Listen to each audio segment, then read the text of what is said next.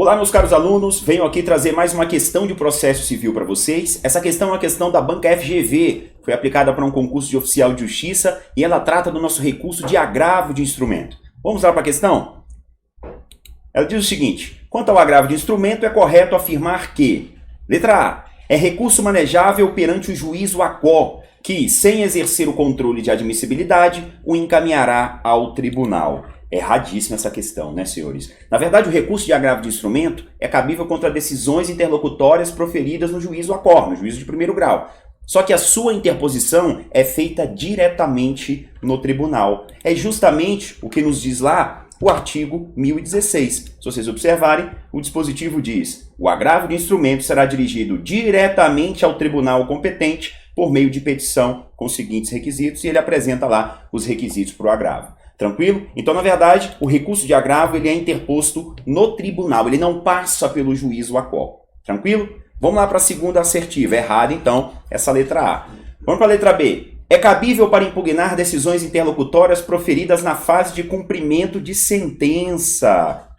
Exato, né? Além das hipóteses narradas no artigo 1015, nos incisos do artigo 1015, se vocês observarem o parágrafo desse artigo 1015, ele aponta para a gente que também é cabível agravo de instrumento contra as decisões interlocutórias no cumprimento de sentença, liquidação de sentença, processo de execução e no processo de inventário. Em todos esses procedimentos, então, será cabível o recurso de agravo de instrumento. Certa questão é a nossa resposta aqui da assertiva. Vamos aqui buscar o erro das outras.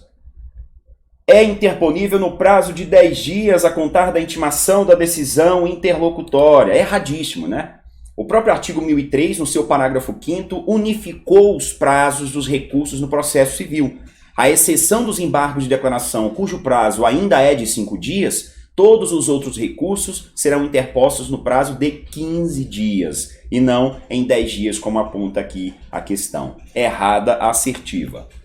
Letra D. O seu desfecho por votação não unânime que confirme a decisão enseja a técnica do julgamento complementar. Bom, o que é esse julgamento complementar que ele está fazendo referência aqui? É o lá do artigo 942. Se vocês olharem lá o dispositivo, ele diz: quando o resultado da apelação for não unânime, o julgamento terá prosseguimento em sessão a ser designada com a presença de outros julgadores, que serão convocados nos termos previamente definidos no regimento interno, em número suficiente para garantir a possibilidade de inversão do resultado inicial, assegurando às partes e eventuais terceiros o direito de sustentar oralmente suas razões perante novos julgadores.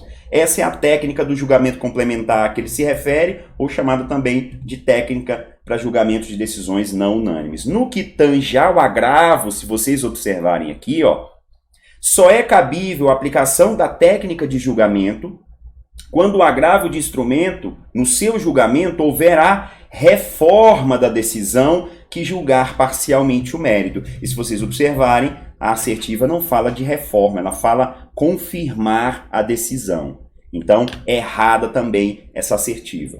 E a letra E. É cabível para impugnar decisão indeferitória de gratuidade de justiça, ainda que este tema conste em tópico da sentença. Essa é uma questão muito recorrente em concursos públicos, justamente porque se aponta aqui para uma decisão que seria impugnável por agravo de instrumento, mas de toda sorte, essa decisão ela é proferida no bojo da sentença. Ela vem como um capítulo da sentença. E se ela foi feita na sentença, o recurso não será o agravo, será a apelação. E é justamente o que nos diz lá o artigo 1009, no seu parágrafo 3º. O artigo 1009 diz: da sentença cabe apelação, e o parágrafo 3º diz: o disposto no caput desse artigo aplica-se mesmo quando as questões mencionadas no artigo 1015, que é o que fala do cabimento do agravo de instrumento, integrarem capítulo da sentença. Ou seja, se a decisão foi proferida em capítulo da sentença, ela não será impugnável por agravo de instrumento, mesmo que conste lá nos incisos, e será impugnável sim por apelação.